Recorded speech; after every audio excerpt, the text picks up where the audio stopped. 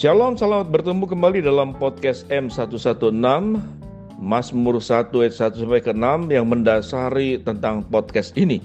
Kita akan belajar tentang dokter sebagai pelaku tindak kriminal kerah putih. Wah, seram ini ya. Dokter sebagai pelaku tindak kriminal kerah putih.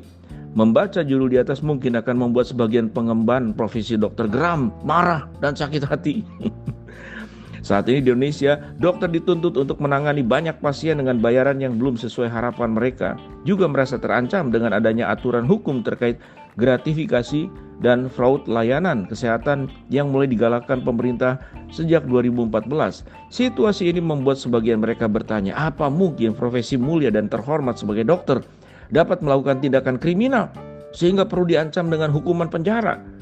Price dan Norris dalam editorial The Journal of the American Academy of Psychiatry and the Law menyatakan bahwa dokter sangat mungkin melakukan tindakan kriminal. Tindakan kriminal yang umum dilakukan oleh tenaga kesehatan tergolong jenis kriminal kerah putih. Salah satu bentuk tindak kriminal kerah putih yang dilakukan oleh dokter adalah fraud layanan kesehatan. Tindak kriminal kerah putih didefinisikan sebagai ketidakjujuran, penyembunyian, pelanggaran terhadap kepercayaan, dan tidak selalu berbentuk ancaman fisik maupun kekerasan. Kejahatan kerah putih dapat dilakukan oleh individu dan organisasi untuk mendapat keuntungan pribadi maupun keuntungan bisnis.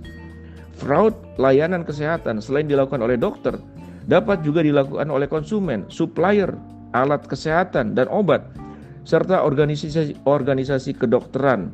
Di Indonesia sesuai Permenkes nomor 36 tahun 2015 tentang pencegahan kecurangan atau fraud dalam program jaminan kesehatan dan sistem jaminan kesehatan nasional, aktor lain yang melakukan kecurangan layanan kesehatan adalah peserta dan staf BPJS Kesehatan. Terdapat banyak skema kecurangan layanan kesehatan. Tipe kecurangan yang umum dilakukan oleh dokter adalah tagihan untuk pelayanan yang tidak dilakukan, melakukan terapi atau tes yang tidak diperlukan, melakukan upcoding penagihan untuk diagnosis atau tindakan yang lebih mahal, memasukkan tingkat keparahan kasus, dan menerima sogokan untuk merujuk.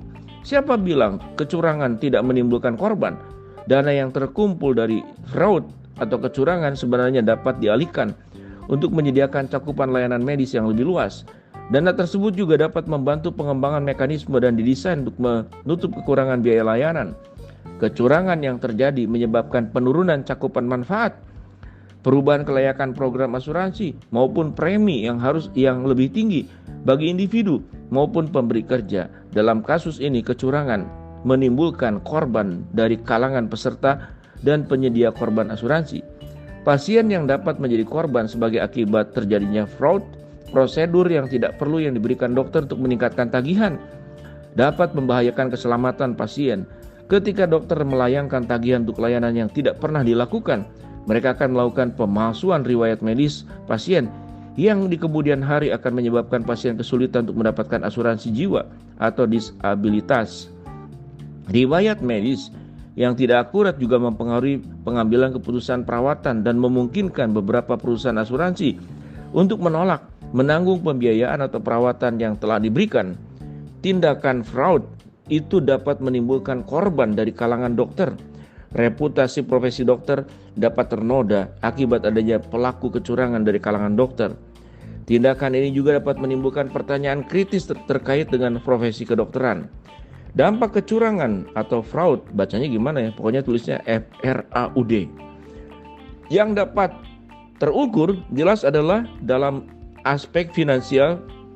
Financial National Healthcare Anti-Fraud Association memperkirakan bahwa dana yang dicurangi akibat fraud dapat mencapai 3% dari total pengeluaran sektor kesehatan. Federal Bureau of Investigation atau FBI memperkirakan dana yang hilang akibat fraud mencapai 3-10%. Maka bila dana kesehatan yang dikelola pemerintah sebesar 2,26 triliun, dana yang hilang akibat kecurangan mencapai 6,78 sampai 226 miliar. Di Indonesia, besaran dana yang berpotensi hilang akibat kecurangan atau fraud memang belum diketahui. Namun kemungkinan persentase besaran dana kesehatan yang hilang itu dapat lebih besar karena sistem anti-fraud yang dibangun belum tertata dengan baik. Data-data yang disampaikan Price dan Norris dalam artikel berjudul Healthcare Fraud, Physicians as White-Collar Criminals ini menguatkan dugaan bahwa memang benar seorang dokter mungkin saja melakukan tindakan kriminal dalam bentuk fraud layanan kesehatan. Dampak fatal tindakan ini mendorong pemerintah untuk menerbitkan aturan yang menurut konsekuensi hukum. Aturan-aturan semacam ini pada mulanya akan membuat dokter merasa tidak nyaman karena merasa disudutkan. Namun, dari pengalaman negara lain, aturan sistem anti-fraud yang diberlakukan terbukti dapat mengendalikan kejadian fraud. Fenomena dokter melakukan tindakan fraud perlu ditanggapi dengan perbaikan sistem pendidikan dokter. Dokter generasi mendatang tidak hanya cukup menggeluti profesi ini berbekal pengetahuan klinis dan teknik bedah. Dokter generasi mendatang harus dibekali juga dengan kerangka etik dalam pelaksanaan praktek. Proses seleksi masuk peserta didik di sekolah kedokteran perlu ditinjau ulang. Poin penting yang perlu diberi bobot lebih adalah komitmen terhadap pelayanan pasien, bukan semata kemampuan akademis yang terlihat dari capaian skor ujian masuk. Wah, bahaya banget ya. Nah, kalau nggak hati-hati ini, makanya ada yang cuma sakit biasa, kenapa jadi mahal? Kita tidak mencurigai, kita menghargai profesi dokter, tapi kita juga menyadari ada banyak potensi-potensi tindak kriminal dari kedokteran yang disebut dengan kejahatan berkerah putih. Bagaimana caranya agar setiap kita yang diberikan kemampuan, potensi termasuk kemampuan di dalam kedokteran itu bisa dilakukan dengan benar. Efesus 5:15. Karena itu perhatikanlah dengan seksama bagaimana kamu hidup. Janganlah seperti orang bebal, tetapi seperti orang arif. Jadi orang cerdas belum tentu arif, bisa juga bebal. Tetapi orang arif dia akan berjuang menggunakan kecerdasannya dengan baik. Itu yang firman Tuhan katakan. Karena itu perhatikanlah dengan seksama bagaimana kamu hidup.